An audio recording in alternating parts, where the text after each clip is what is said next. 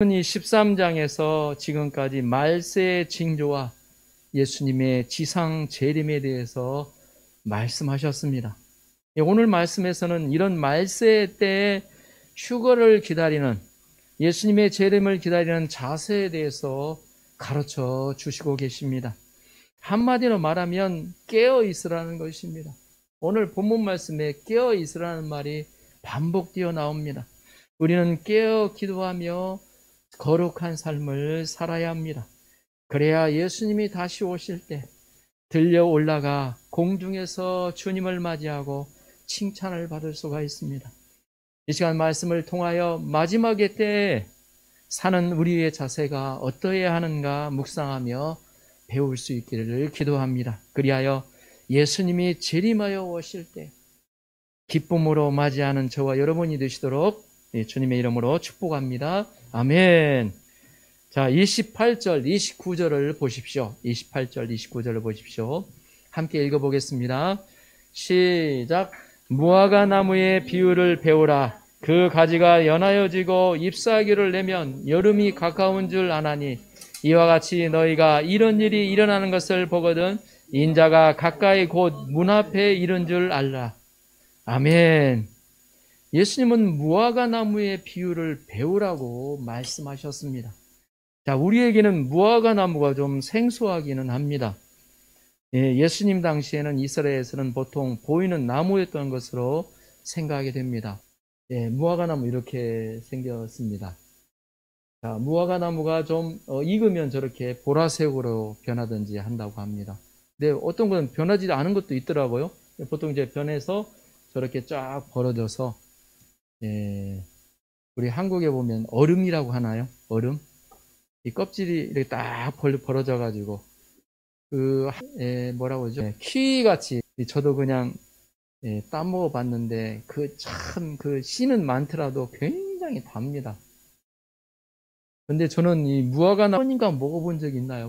근데 별로 맛이 없더라고. 그래서 뭐 차라리 사 먹으려면 사과나 포도를 사 먹지. 무화과 나무를 따로 해갖고 와자또 억시로 사 먹지는 않습니다. 이 무화과 나무에 대한 예수님과의 사연이 있죠. 하루는 예수님이 시장하셨는지 잎이 무성한 무화과 나무를 보시고 그 열매에 대한 기대를 하셨던 것 같습니다. 그런데 막상 가보니까 잎만 무성하고 아무 열매가 없는 것을 보시고 예수님이 저주하시는 장면이 나오죠. 그 다음날 제자들이 그 무화과 나무가 뿌리채 말라 죽어있는 것을 보고 놀라는 장면이 나옵니다. 이스라엘에서는 이 올리브 나무가 가장 많이 보입니다. 그래서 우리에게 올리브 오일이라고 아주 유명하죠. 보니까 이 성전 안에도, 예루살렘 성전 안에도 올리브 나무들이 있더라고요. 심겨져 있더라고요. 그 앞에 또 올리브 산, 감람산 있죠. 올리브가 하여튼 주종을 이룬 가장 많이 있고요. 그 다음에 야자수 열매, 야자수가 많습니다. 그래서 이 야자수 열매를 보면 굉장히 많이 달려 있어요. 그것이 이제 좀 이렇게 수출을 하는가 보면, 그게 이제 말린 것을 보면 굉장히 답니다. 너무 달 정도로 그냥 달아요. 입에 넣어놓고 있으면. 여기 이제 일본 같은 데 파는 걸 보면 플럼이라고 팝니다. 플럼이라고 하나요? 보면, 야자수 열매로 팔고, 그 다음에 이스라엘에서 유명한 것이 이제 석류입니다. 석류. 우리에게는 저희 이제 시골집에서도 석류가 이제 열려 있었는데 석류는 웬만히하고 막 시구거리하고 잘 안 따먹잖아요, 보면. 근데 이 여인들에게서 그렇게 미용이 좋다고 합니다. 이스라엘이나 이집트 지역에서는 이 석류가 굉장히 유명한 과일로 유명합니다. 그런데 예수님은 이 무화과 나무의 비유를 배우라고 말씀을 하셨습니다. 이를 보면 아마도 여름이 가까운 때가 아니었나 생각해 볼 수가 있습니다. 예수님이 씨 뿌리는 비유를 하실 때 주일의 때 씨 뿌리는 농부들이 보였어요. 그때 예수님이 씨 뿌리는 비유를 말씀을 하시죠. 마찬가지로 예수님은 그 자연의 모습들 그걸 맞춰서 그때그때 적당한 말씀으로 가르치셨습니다. 참 지혜로우셔요. 너무나 우리에게 가장 쉽게 다가오는 말씀으로 가르쳐 주셨거든요. 그래서 무화과 나무 가지가 연하여지고 이제 잎사귀를 이렇게 조금씩인데 내게 되면 잎사귀가 나오는 정도가 되면 여름이 가까운 줄 안다고 말씀하셨습니다. 이는 그 당시 모르는 사람이 없을 정도로 상식이었어요. 예, 그렇게 얘기를 하시죠 보면. 이는 무화과 나무의 모습을 통해 여름이라는 것을 알게 된다는, 여름이 가까이 왔다는 것을 알게 된다는 때를 강조하고 있음을 알 수가 있습니다. 우리나라는 어때요? 개나리가 피고 진달래가 피면 봄이 온다는 것을 알게 되죠. 찔레꽃이 피고 장미꽃이 피면 여름이 온다는 것을 알게 됩니다. 요즘은 어떻습니까? 한참 덥다가도 귀뚜라미 울음소리가 들리기 시작하면 이제 가을이 오게 되는구나 하는 걸 알게 돼요. 일본에서 보면 제가 그전에는 잘 몰랐는데 일본에 다 보면 이 도시 지역에서도 밤에 귀뚜라미 소리가 8월 한 중순 정도부터 들려요. 그러면 이제 시원한 가을이 오겠구나. 애들이 그거 알려주는 거죠, 보면.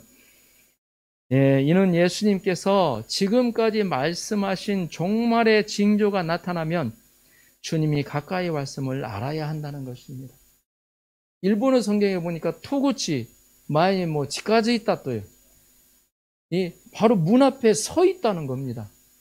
그렇게 준비가 되어 있다는 정도로 가까이 왔다는 것을, 주님이 가까이 왔다는 것을 알아야 한다는 것입니다.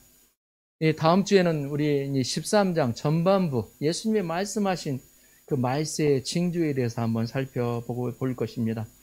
예수님의 말세에는 재난이 일어난다고 하셨습니다. 처처의 기근과 또 지진이 일어나고 재난이 일어나고 전쟁이 일어난다고 하셨습니다.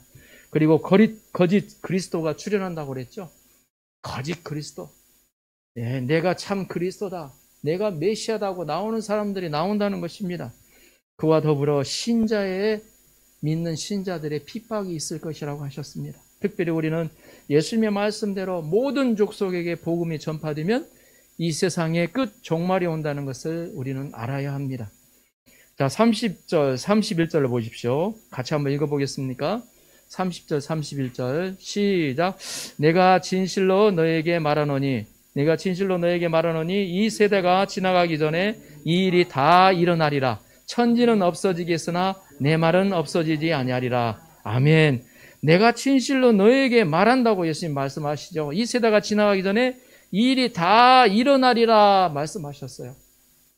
이 13장 전반부에 보면 예루살렘이 무너지는 장면이 나와요. 그래서 성전에 돌 하나도 돌 위에 남지 않고 무너지신다고 하신 말씀이 그 시대가 가기 전에 다 이루어졌습니다. 예루살렘 성전이 언제 멸망을 했죠? AD 70년입니다. AD 70년. 제가 로마 장군 이름이 잘 생각이 안 나는데, 예수님이 돌아가신 때가 AD 30년 정도 됩니다. 그러니까 바로 40년 후에 바로 그 일이 일어나요. 예수님이 그대로 하신 말씀이 나와요. 우리 13장 우리 성경 가지고 계신 분 13장 14절에 보시면 멸망에 가증한 것이 서지 못할 것에 선 것을 보거든 읽는 자는 깨달을진저 그때 유대에 있는 자들은 산으로 도망할지어다 그랬어요. 근데 그때 당시에 사람들이 예루살렘의 성전에 가면 어떻게 된다고요? 그래도 하나님이 함께 하시는 성전이잖아요. 그러니까 이거 어떻게 사람들이 생각하기에는 산으로 안 가고 예루살렘 성전으로 다 모여든 거예요. 그 당시에 어떤 소문이 돌았냐면 그 예루살렘 성전을 쌓을 때 그 돌들 사이에 금들을 다 숨겨 놓았다는 소문이 있었어요. 그러니까 사람들이 어떻게 하겠습니까? 로마 병사들이 그 돌 위에 돌 하나를 다 헤집는 거예요, 보면. 예루살렘 성전에 쌓았던. 왜 어떻게 되겠습니까? 그곳에 모여있던 사람들이 다 그 떨어지는 돌들에 깔려서 죽고, 그래서 역사적으로 거의 100만 명 이상 여기서 죽임을 당했다고 합니다. 그것이 예수님이 말씀하신 40년 후에 실제적으로 그게 일어나요, 보면. 여기 그러잖아요. 지붕이 있는 자는 내려가지도 말고 집에 있는 무엇을 가지러 가지도 말며 16절에 보면 밭에 있는 자는 거수를 가지러 가 뒤로 돌이키지 말지어다. 어때요? 산으로 무조건 도망하라고 그랬어요. 예루살렘 성전으로 도망하라고 예수님 말씀하시지 않으셨어요. 예루살렘 성전으로 가면 구원받겠지 해가지고 간 사람들은 다 죽임을 당했다는 것입니다. 예루살렘이 멸망한 것도 그때 다 이루어졌습니다. AD 70년에. 이것이 앞으로 있을 대환난과 세상의 종말에 대한 예표입니다. 이것이 그대로 이루어졌듯이 예수님의 재림과 휴거도 반드시 이루어질 것이라는 것입니다. 예수님은 사람들이 영원할 것이라고 생각하는 이 천지도 다 없어진다고 말씀하십니다. 일본의 우리 동경의 가장 그래도 고층 빌딩군이 신주쿠에 있죠. 그 신주쿠 50층에 가까운 동경도청의 그 으리으리한 건물들, 그 건물들도 다 무너지게 됩니다. 스카이 트리도 무너집니다. 아이, 저것이 어떻게 무너져? 우리 그렇게 생각하기 쉽죠, 보면. 생각하는 사람들도 많이 있습니다. 그러나 그렇지 않아요. 예수님의 말씀은 다 없어진다고 하십니다. 아무리 높은 건물이라도. 요즘에 세계에서 가장 높은 건물을 짓는 경쟁이 벌어졌어요. 그래서 한국에는 롯데 뭐죠? 그게 서울 제가 준비해 놓고도 까먹었네. 롯데 그 호텔 있지 않습니까? 롯데 호텔이라고 하는가요? 그게 세계 5위였는데 어느새 보니까 세계 8위, 10위까지 이렇게 떨어지더라고 보니까요. 여기 그 어디요? 중동 지방, UAE, 아랍에미리트나 또 사우디에서도 뭐 가장 높은 건물을 짓는다고 그렇게 나옵니다. 그러나 그러한 모든 것들이 다 무너져 내린다고 했습니다. 그러나 예수님의 말씀은 영원합니다. 하나님은 말씀대로 천지를 창조하셨습니다. 예수님은 기록된 말씀대로 이 세상에 오셨습니다. 예수님은 말씀을 다 순종하여 기록된 말씀이 진실임을 입증하셨습니다. 십자가에 죽으시고 부활하심을 통하여 그걸 어때요? 증명을 해내셨습니다. 예수님은 다시 말씀대로 재림하십니다. 그러므로 우리는 말씀에 기초하여 재림신앙, 다른 말로 종말론적 신앙을 가져야 합니다. 표적과 기사에 기초한 재림신앙은 위험합니다. 왜냐하면 적 그리스도도 표적과 기사를 행하기 때문입니다. 그래서 중요한 것은 말씀에 기초하여 그 때를 기다리는 것이죠. 예수님은 기록된 성경 말씀대로 다시 번개처럼 오실 것입니다. 그러면 그때가 언제입니까? 자, 32절 한번 보겠습니다. 32절 같이 한번 읽어볼까요? 시작. 그러나 그 날과 그때는 아무도 모르나니 하늘에 있는 천사들도 아들도 모르고 아버지만 아시느니라. 아멘. 하나님의 명령을 받아 어때요? 섬기는 하늘에 있는 천사들도 모른다고 그랬습니다. 여기 아들이 누굽니까? 바로 예수 그리스도를 뜻합니다. 아들도 예수 그리스도도 모른다고 그랬어요. 그날과 그때는 아무도 모르고 오직 아버지 하나님만 아십니다. 예수님도 하나님이십니다.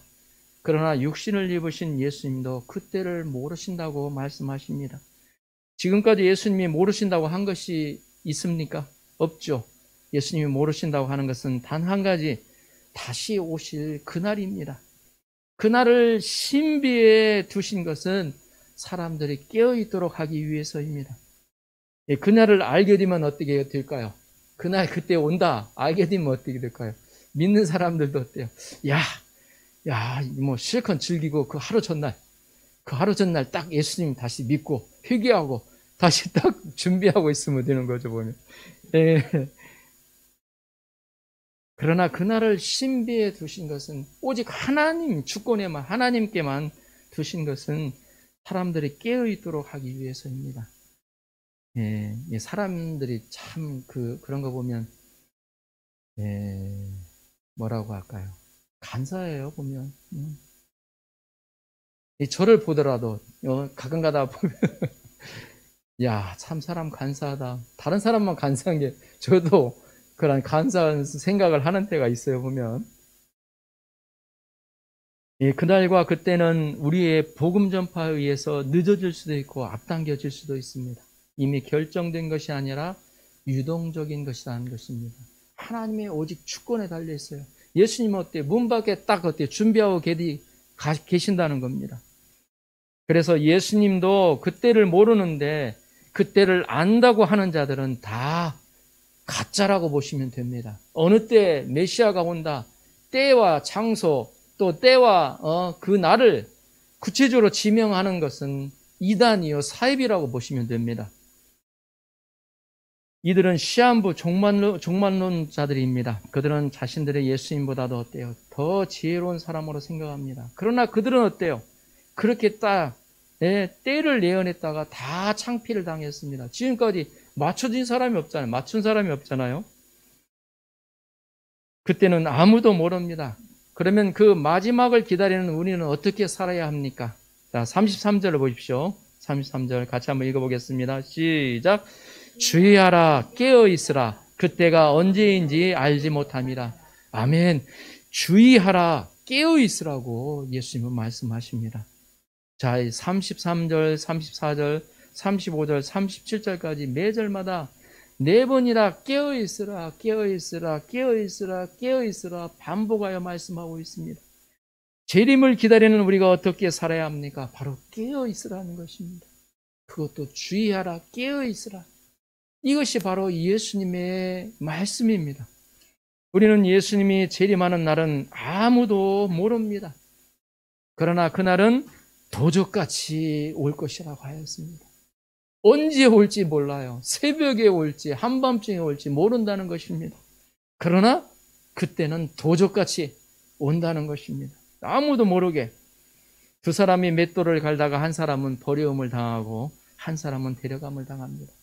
두 사람이 밭을 갈다가 한 사람은 버려둠을 당하고 한 사람은 데려감을 당합니다. 우리들은 데려감을 당하는 사람이 되어야 할 줄 믿습니다. 아멘. 우리가 하나님의 데려감을 당하려면 깨어 있어야 됩니다. 이 마지막의 세대를 사는, 시대를 사는 우리가 깨어 있어야 된다는 것이죠. 그러면 깨어 있다는 것은 어떻게 하는 것일까요? 잠도 자지 않고 눈 시퍼렇게 뜨고 있는 것을 말하는 것인가요? 아닙니다. 우리가 하루만 자지 않아도 몸이 피곤해서 견디지를 못합니다. 여기서 깨어 있으라는 것은 일반적으로 보면 말씀과 기도에 깨어 있는 것을 말합니다. 특별히 주의하여 깨어 있으라는, 주의하라 깨어 있으라는 말씀은 시대가 정말로 주의해야 할 필요가 있다는 것을 우리에게 가르쳐 주고 있습니다. 말씀을 바로 알고 말씀에 기초하여 시대를 분별하여 사는 것을 말합니다. 그러니까 우리가 말씀을 읽는 것이 그만큼 중요해요. 나는 한 번 읽었으니까, 나는 그래도 10번은 읽었으니까 괜찮겠지. 그것이 아니에요. 그때마다 주시는 또 은혜가 있고 나에게 하나님이 원하시는 마음을 주실 때가 분명히 있어요. 우리의 어때요? 눈과 마음을 한번 생각해 보십시오. 우리는 내가 흥미있는 것에만 마음을 쏟습니다. 시간도 마찬가지예요. 거기 시간을 투자합니다. 그러다 보면 한번 생각해 보십시오. 예배에 오는 시간 이후에는 하나님의 말씀을 접하거나 하나님의 말씀을 읽거나 기도하는 시간을 가지기가 쉽지가 않습니다. 그러니까 예배에 와서는 하나님의 말씀을 듣지만 이제 예배실을 딱 나가면 그 다음부터는 어때요? 눈에 보이는 것들이 다 세상 것들이에요. 나의 생각들, 세상에 주는 영향, 뉴스를 통해서 오는 영향들, 다 그 영향을 받게 되어 있어요. 그러니까 깨어있지 않으면 안 된다는 거죠. 깨어있으라는 거죠, 보면. 시대의 심각성을 깨닫고 시대의 흐름이 무엇인가를 깨닫고 그런 가운데서도 어떤 가치관을 가지고 어떤 성서적인 세계관을 가지고 살아야 될 것인가 고민해야 한다는 것입니다. 디모데후서 2장 15절에 이렇게 기록되어 있습니다. 보여주시겠어요? 같이 한번 읽어볼까요? 디모데후서 2장 15절. 자, 같이 한번 읽어볼까요? 시작. 너는 진리의 말씀을 옳게 분별하며 불그럴 것이 없는 일꾼으로 인정된 자로 자신을 하나님 앞에 드리기를 힘쓰라. 아멘. 너는 진리의 말씀을 옳게 분별하라고 그랬습니다. 이 말씀이 나에게 주신 의미가 무엇인가? 이 시대 가운데 내가 어떻게 살아야 될 것인가? 말씀을 통해서 묵상하면서 분별하라고 하셨습니다. 성령이 충만하여 거룩한 삶을 살아가는 것, 또 성령이 충만하여 서로 사랑하며 살아가는 삶을 살아야 됩니다. 무엇보다도 말씀을 통하여 또 예수 그리스도를 통해서 배워가면서 예수님 안에 감추어진 그 모든 보화들을 실제적으로 우리 안에, 우리의 삶 속에서 누려가야 한다는 것입니다. 이것이 어떻게 보면, 다른 말로 보면 성령이 충만한 삶입니다. 하나님의 마음을 알고, 예수 그리스도의 마음을 알고. 이 시대는 예수 그리스도의 마음을 알게 하지 못합니다. 무지하게 만들어요. 하나님의 마음 없이 네 마음대로 살도록 하는 시대의 흐름입니다. 그런 가운데서도 하나님의 마음을 알고 예수 그리스도의 마음을 알고 그에 순종하여 가는 삶, 그것은 자기에게 선택이 주어졌어요. 보면 예수님은 이것에 한 가지를 더하여 비유로 어떻게 깨어 있어야 하는 자를 알려주십니다. 자, 34절을 보십시오. 34절. 가령 사람이 집을 떠나 타국으로 갈 때 그 종들에게 권한을 주어 각각 사물을 맡기며 문지기에게 깨어 있으라 명함과 같으니, 예수님이 이 한 비유를 또 말씀을 하십니다. 어떤 주인의 집을 떠나 타국으로 가면서 종들에게 각 사람에 맞는 권한과 사물을 맡기며 말했습니다. 깨어 있으라. 이는 다시 오실 주인을 생각하면서 맡겨진 사무에 충성을 다하라는 것입니다. 우리에게 두신 하나님의 선한 계획과 뜻이 있다는 것입니다. 내 인생이, 내 생명이 주어진 것은 우리 생각하면 내 인생이니까 내 마음대로 살 것이 아닙니다. 하나님이 이 땅에 보내신 선한 계획이 있습니다. 뜻이 있습니다. 나를 통한. 종에게 주신 고난과 사무는 무엇입니까? 고난은 바로 성령의 권능입니다. 사무는 말씀 전파를 통한 영혼 구원입니다. 디모데후서 4장 1절은 말씀하고 있습니다. 하나님 앞과 산자와 죽은 자를 심판하실 그리스도 예수 앞에서 그의 나타나심과 그의 나라를 두고 엄히 명하노니 너는 말씀을 전파하라. 때를 얻든지 못 얻든지 항상 힘쓰라. 아멘. 주님이 다시 오실 때까지 전 세계 한 영혼이라도 더 구원코자 하는 것이 주님의 핵심 명령입니다. 우리도 이를 핵심 가치로 여기고 영혼 구원에 최선을 다하는 것, 여기에 우리의 마음이 가 있는 것이 바로 끼어있는 삶입니다. 또한 가정과 사회에서 하나님이 맡기신 사무가 있습니다. 하나님의 사랑, 이웃사랑의 마음으로 이 사무에 최선을 다함으로 열매 맺는 것 또한 깨어있는 삶입니다. 이 모든 일을 하면서도 우선순위는 항상 영혼 구원에 두는 것입니다. 그렇기 때문에 주님이 원하시는 영혼 구원을 위해서 다 내려놓고 무엇이나 할 수 있어야 한다는 것입니다. 이를 위해 마음의 준비, 실제적인 준비를 하고 있는 것이 바로 깨어있는 삶입니다. 내 삶이 여기서 어때요? 나 한 삶의 삶으로 끝나지 않고 내 삶을 통해서 한 영혼이 더 구원받고 많은 영혼들이 구원받을 수도 나를 어때요? 준비시켜가는 것입니다. 하나님은 이런 사물을 감당할 고난을 우리에게 주셨습니다. 예수님이 주신 고난은 바로 성령님이십니다. 성령님께서 이 모든 것을 친히 하십니다. 우리는 성령이 하시는 일에 다만 기도하고 순종하면 되는 것입니다. 가장 좋은 준비는 현재 맡겨진 영혼들과 내 주위의 사역들, 또 공부와 직장, 사업에 최선을 다하는 것입니다. 지금 여기서 이 일을 대충 하고 다음에 다른 곳에서 잘하겠다는 사람들이 있습니다. 이 문제만 넘기면 잘하겠다. 결혼하면 잘하겠다. 선교사 가면 잘하겠다. 그러나 그런 분은 그때 가서 또 그런 소리를 합니다. 지금 내게 맡기신 영혼들, 또 교회에서 맡은 일들을 마음을 들여 감당해야 합니다. 학과 공부와 직장 업무, 사업을 주께서 내게 맡기셨다는 자세를 가지고 감당해야 합니다. 하나님이 내게 보내신 사람들을 기쁨으로 예수님을 대하듯이 사랑해야 합니다. 우리가 있는 곳에 천국을 만들어 가야 합니다.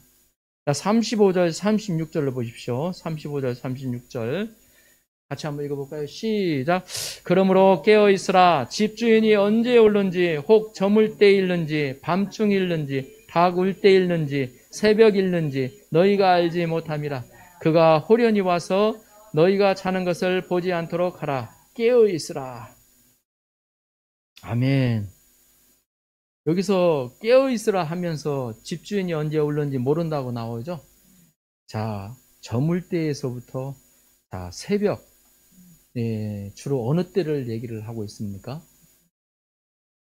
이 저물 때에서부터 밤중, 다굴 때, 새벽. 저희 밤이죠, 보면. 저녁에서 밤. 해 뜨기 전까지. 어떻게 보면 어때요? 이 시간은 어때요? 주인이 안 올 것 같은 밤이에요. 우리 생각에는 이 시간에는 안 오겠지. 어찌 보면 어때요? 쉼과 평안을 누리는 시간이죠. 어떤 사람들은 이때 즐기는 사람들이 있습니다. 그런데 예수님은 밤에 너희 자는 것을 보지 않도록 하라고 말씀하십니다. 이것은 문자 그대로 자지 말라는 말이 아니고 언제 오실지 모르니 늘 만반의 준비를 갖추고 있으라는 말입니다. 우리 나그네들이 어떻죠? 보면 나그네들 보면 항상 어때요? 떠날 준비를 하고 있는. 근데 뭔가 많이 가지고 있는 사람 떠날 준비가 안 돼. 그러다 보면 늦춰지죠. 보면 항상 이 세상에서 떠날 준비를 하고 예수님이 오실 준비를 하는 내 마음이 어때요? 자꾸 어때요? 무겁게 하는 것들을 자꾸 내려놓고 이 땅에 쌓아놓을 것도 있으면 계속 그것을 이용해서 하늘에 저축을 하는 다음에 9월 한 셋째 주 정도에 하늘의 보물을 쌓으더라는 말씀 한번 전할 것 같은데 그때 한번 같이 나누도록 하겠습니다. 언제 오실는지 모르니 늘 만반의 준비를 예수님을 맞을 준비를 하고 있으라는 말입니다. 특별히 영적 긴장을 늦추지 말라는 말씀입니다. 깨어서 기도하라는 것, 깨어서 거룩한 삶을 살도록 하라는 말씀입니다. 우리는 어떤 분은 예수님의 재림은 현재 우리에게 의미가 없다고 생각하는 분들이 있습니다. 지금까지 기다렸는데 한번 생각해 보십시오. 지금 예수님 오신다고 2000년이 지났는데 기다렸는데 예수님은 오시지 않았지 않는가 이렇게 말합니다. 초대교회는 곧 오실 것 같은 분위기였습니다. 그랬잖아요. 제자들도 그랬고 사도들도 그랬고 그 2000년 동안 교회가 예수님 곧 오신다 많이 이야기했고 또 이단들도 많이 써먹었죠. 사람들의 면역이 되어서 별로 반응이 별로 좋지 않습니다. 그러나 초대 성도들은 땅의 모든 족속에 복음이 전파되어야 끝이 온다는 말을 바르게 이해하지 못했습니다. 그들은 세계를 몰랐어요. 유럽이 세계의 전부인 줄 알았어요. 극동아시아도 아메리카도 있다는 것을 그들은 알지 못했습니다. 한국에 복음이 전파된 지가 몇 년이 됐죠? 130년, 140년째가 되어가나요? 보면 사람들의 무지에서 오해가 된 것입니다. 또 하나는 재림의 문제를 과장하는 것이 또 한 가지 문제가 있습니다. 지금 예수님이 재림할 것이라고 사람들은 말합니다. 말세라고 하였다가 그것도 안 되니까 말세 지말이라고 합니다. 앞으로는 말세 지말에 또 지말이라는 말이 생겨날지 모르겠습니다. 우리가 주의할 것은 복음을 과장하는 것입니다. 이 과장은 이단만 하질 않습니다. 많은 사람들이 복음을 과장하여 말합니다. 우리는 재림이 임박하였다고 생각하는 것을 경계해야 합니다. 예수님도 재림이 가까이 왔다고 생각하는 자들에게 재림은 멀었다고 말씀하셨습니다. 사도 바울도 재림을 금방 올 것처럼 말하고 일하지 않는 자들을 경계하셨습니다. 재림이 금방 올 것 같으니까 어때요? 그것만 기다리고 아무것도 안 하고 있어요, 보면.